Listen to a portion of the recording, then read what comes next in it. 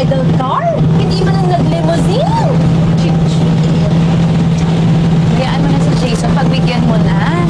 Marga. Ano pa nga ba, bes? Pero ano mo, ang wedding is a formal occasion.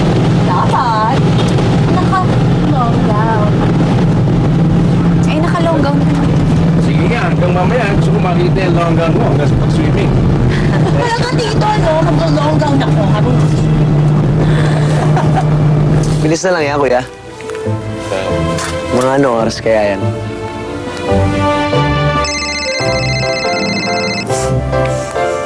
Hello? Yan no, Jason, no, nagagalit si Marga. Ang pangit-pangit daw kasi ng bridal car namin. Siya magagalit, sabihin mo sa kanya, huwag siya magalit kasi walang bayad yan, walang konduktor dyan. Ano, excited ka na? Ikaw, excited ka na? Panghani mo na nga yung attitude ko ngayon, no? Hoy! Mag-I do muna tayo, ha? Bago yung mga ganyan-ganyan. I do muna. I love you. I love you too. O sige, kita na tayo mamaya, ha? See you!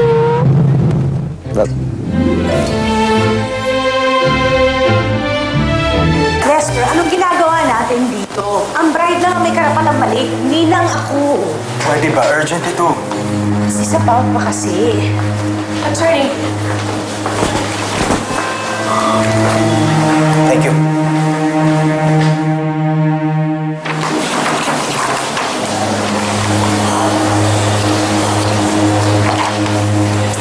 Oh my God. Ano? I made the biggest blunder in my life. Hindi ko inintay yung forensics sa sumabog ng sasakyan ni Cassandra. And? Lumalabas dito sa report na dalawang lalaki ang nasa loob ng sasakyan na sumabog ito.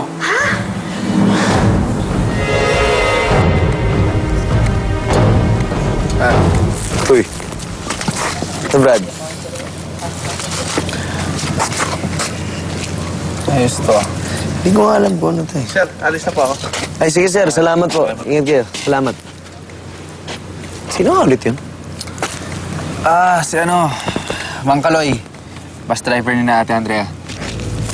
Bus driver, bumabiyahe na sila.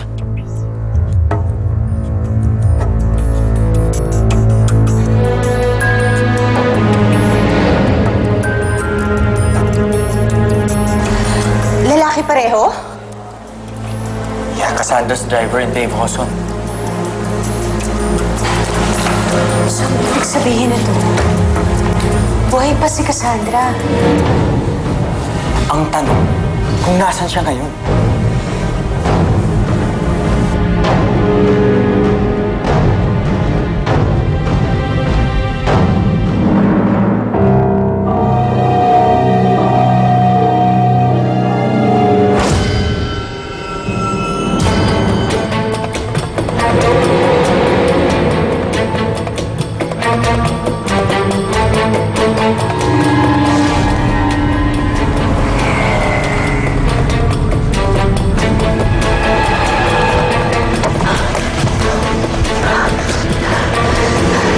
Balik muna tayo ng kotse.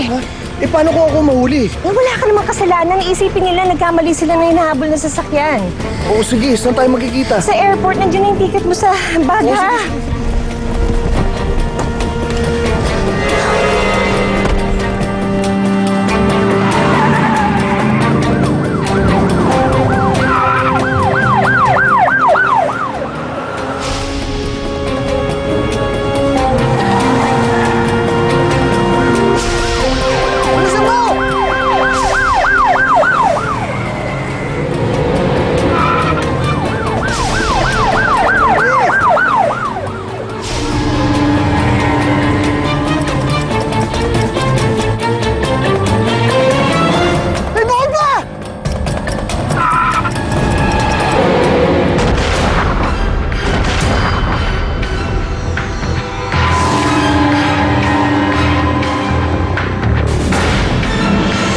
Pare, wala pala signal doon sa lugar na yun. Hindi naman makakapag-antay ito. Gusto ko lang malaman kung sino yung nagdadrive sa kanila. Baka may nakuha sila ibang driver. Paano yung makuha ibang driver? Kakapaalam lang sa akin ng driver, oh. Baka relyebo. Ano, lebo ako nag-ayos nun. Alam mo, wedding day jitters lang yan. Saka uminom nga ng tubig, oh. Pakihimatayin ka dyan. Uso ngayon ng lalaki ang hinihimatay.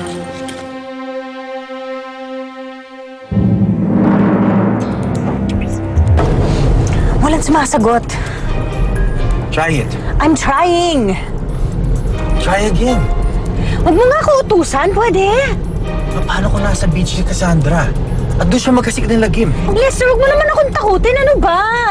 Pwede ba huwag ka magpanik?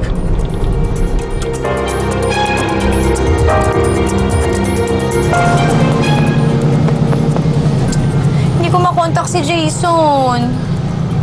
Ako rin eh, mahina signal dito. Kanina may signal ako. Ako, Mami, normal talaga yan. Wala talagang signal pag nasa ganitong daan tayo, no? Bakit ang bilis magpatakbo ng driver, pare? Paranoid ka lang. Ba't papunta sa bangin? Paranoid ka talaga. Paranoid na kung parang gusto ko lang makasigurado, pare. Nasaan yung motor? O ano, susundin mo talaga si Ate Andrea? Oo, gusto ko makasigurado. Nasaan yung motor? Sige, sasamahan kita. Wait lang.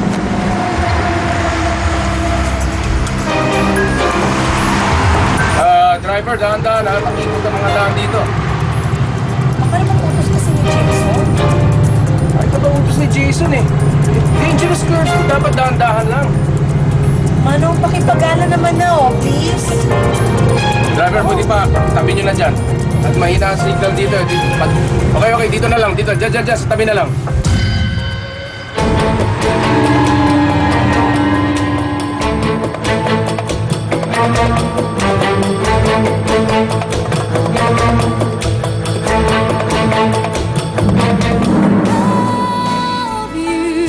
Ano ba? Papatayin mo yata kami!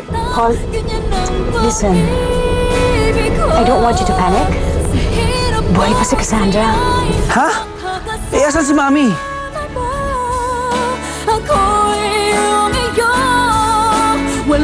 Buhay ka? Of course. Sorry. Walang kasalang magagawa. But I can guarantee you, big news pa rin ito.